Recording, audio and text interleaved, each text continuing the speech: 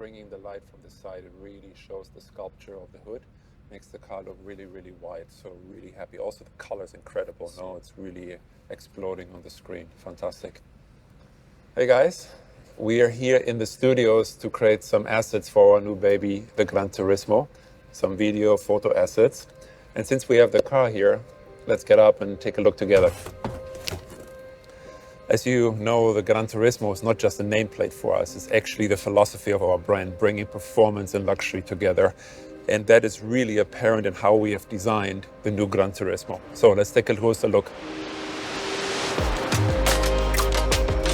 Before the invention of the GranTurismo concept 75 years ago, a customer basically had to decide between a race car or a car for the road. And what the concept of GranTurismo did is brought these two worlds together. So you could track your car and then drive it home. Basically, by combining this central fuselage with the engine, which in that day was basically that of a Formula One car, and making the car road legal by adding headlights and the volumes that protect the wheels.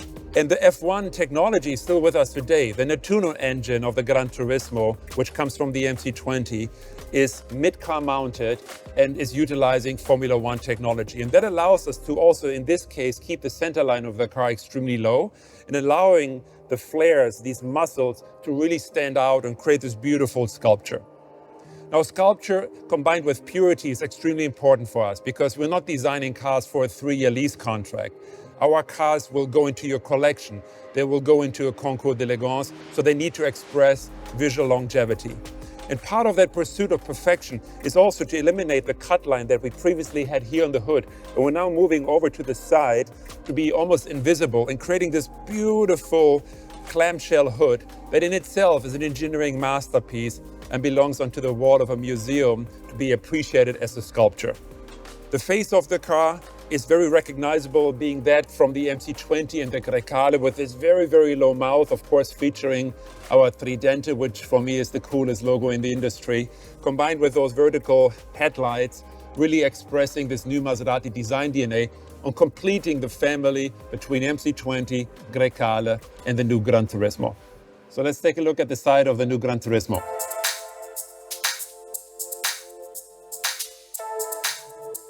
You can really appreciate the clean construction and the amazing proportion.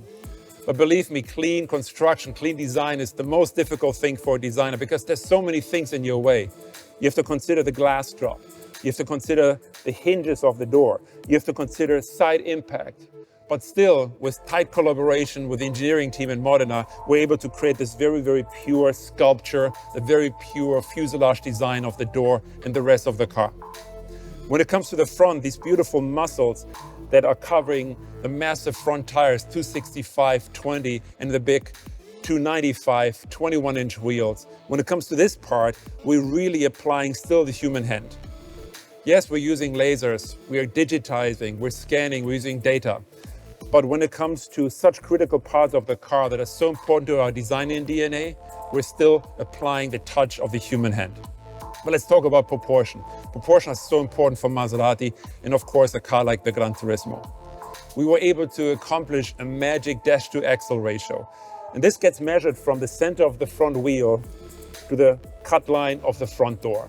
This distance is what makes the proportion so magic. And we were able to achieve that together with the packaging engineers in Modena by putting the V6 behind the front axle, be able to create this beautiful long stretch sculpted hood. Now, at the same time, when it comes to the cabin, the challenge was to find space for 4 grown adults. We wanted at the same time to create something very intimate, something that looks very tight, very sporty. And the trick is, when you look at the central line here, that is actually quite high because it has to clear the head of the rear passengers. At the same time, you have the dropping line, the graphic of the window. This distance is quite big, but it allows us to combine package for 4 adults with the look of a very, very tight and sporty cabin. But the result, nonetheless, is through great packaging that we can hold 4 adults and we can combine that with supercar performance that in this combination really lets the GranTurismo stand out.